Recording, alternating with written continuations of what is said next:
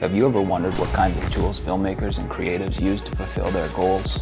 Well, I invite you to a quick rundown of this topic, where we will talk about everything from C-stands to cameras, V-mount batteries to sandbags, and many things in between. Film friends, hi. Welcome to another episode. We got Bear in the back. I think I'm going to keep her in every single episode. If you guys like that idea, give me a thumbs up. Now, full disclaimer before we get into it, this is not my film. This is a friend of mine who wrote and directed his first feature and invited me on as the second AC and behind the scenes videographer. I know in the last video we discussed contracting yourself out of your production company, and so this is going to tie nicely into that. But I thought this might be a really fun topic for newcomers or people with curiosity pertaining to what is involved in the development of a production and what types of equipment you can find on film sets. So without further ado, let's jump into it. Firstly, and the most obvious, is the camera. Now, although it is a no-brainer that productions need these cameras to function, there are many precise decisions that go into the add-ons and the format you will be shooting in. On this film, we went with one of the best, the ARRI Alexa Mini LF, or if you call it ARRI, that works as well, with Zeiss Master Prime anamorphic lenses, with the camera sitting around 33,000 USD and the lenses costing about 40,000 a piece. This was an absolute beast of a setup. Next up, we will cover some of the important add-ons we use to build out our rig. Rigged onto our top handle, we used a small HD monitor for optimal DP viewing attached to a magic arm for universal flexibility. On the lens, we had a matte box filled with filter trays so we could modify our visual layout, as well as a diopter staging with a full and a half diopter. A diopter is essentially a magnifying glass when you reach minimum focus, and minimum focus is essentially the closest a lens can focus to its subject or object. And so if I get too close to my lens right now, I'm going to have a minimum focus point, and if I'm extremely close, there's going to be a point where I cannot lock in focus, and so a diopter can be used to magnify that and keep it sharp. Next on the rig, we went with the trusty Teradek transmitters and receivers. These allowed us hands-free connectivity between our camera and our director and first AC monitors, which is so much better than running BNC or SDI cables to connect our monitors, which typically happens on lower budget sets. For our battery setups, we went with a gold mount plate, which we used to mount our gold mount batteries so we could power multiple feeds like our transmitters and our follow focus. Typically on smaller budgets, you'll see V-mount batteries, but in this case, we went with gold mount batteries to power the cameras. Now, because our camera was such a beast and ARRI typically needs more power than just a gold mount, we had a block battery from Anton Bauer, which we would use to power the camera when we needed to do what was called a hot swap, which is plugging in the power block battery, taking out the gold mount, swapping it for a fresh one. That way you don't have to turn off the camera and you don't have to restart the camera, which is very time consuming on these bigger rigs.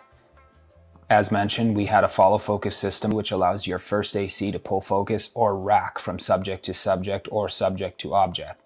Now I have this pen as a test, and if you have any object in front of you, you can see how racking focus works visually with your own eyes.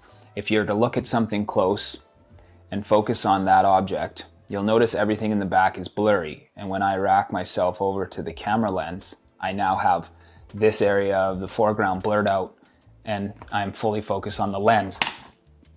A follow focus system works the same as your eyes do. So that's pretty neat, and it's a fun way to look at how first ACs operate. So the camera setups can be very overwhelming, especially when you're using such an expensive setup like we were. There's a lot of components that I missed, but those are the basics, and whenever you're on a film set and you see a big rig, you'll kind of understand the logistics of what components are on that camera. We're going to move on to the accessories and tools that help us maneuver and operate our camera. Starting with the tripods, also known as the sticks, we ran with two types of tripods. One bigger, which was called the standards, and one smaller, which is referred to as the babies. A tripod is about as easy as it gets and pretty self-explanatory. This allows us to be locked off or static during a scene. Typically, you'll lock off a shot when there is a wide establisher or a powerful scene that requires all of the audience's attention and limited camera movement. Or maybe you just use the sticks because you don't want to shoulder rig a 70-pound camera. That could also be the reason for using sticks. There are a ton of tools that can be used for a cinecam, like homemade rigs, jibs, Russian arms, Steadicam, dollies, gimbals, or even drones. But on this project, we went with the inexpensive and trusty Dana dolly, which gave us optimal movement when we wanted to push in or pull out, track, or follow our subjects. Anytime we use the Dana or tripod, we must attach our head, which also has a pan handle for optimal performance. We also had access to what is called a high hat or a low hat, whenever we wanted to be extremely low for a ground level or Dutch angle shot. Now, moving away from camera, let's jump into the grip and LX world. LX is another term for lighting techs and the people that operate the lighting setups. Starting with the basics, C-stands are one of the most universal tools on a set, used for rigging lights, grids, flags, and even props. The C-stand is a filmmaker's best cousin, and you can always count on it when you need a shoulder to lean on. With the C-stand comes the lovely grip head, which attaches to an arm for optimized rigging. Another handy grip tool is the beloved apple boxes. These are used to give height to actors or objects and furniture. They can be used on the Dana dolly or simply used as a chair. You know, really the only thing an apple box doesn't do is serve apples, but those are at Crafty, so it's all good. Next up, we have what are called flags. Flags can be see-through or solid, and they can be used to soften or eliminate light from any setup. Along with the flags, you'll see the trusty floppy, which I often see used as a shelter from the sun for video village or focus stations. Video village is what is referred to for our director, writer, script supervisors, or any producers that want to watch the shoot unfold. Next up, we have one of the most important components to your film set, the lights.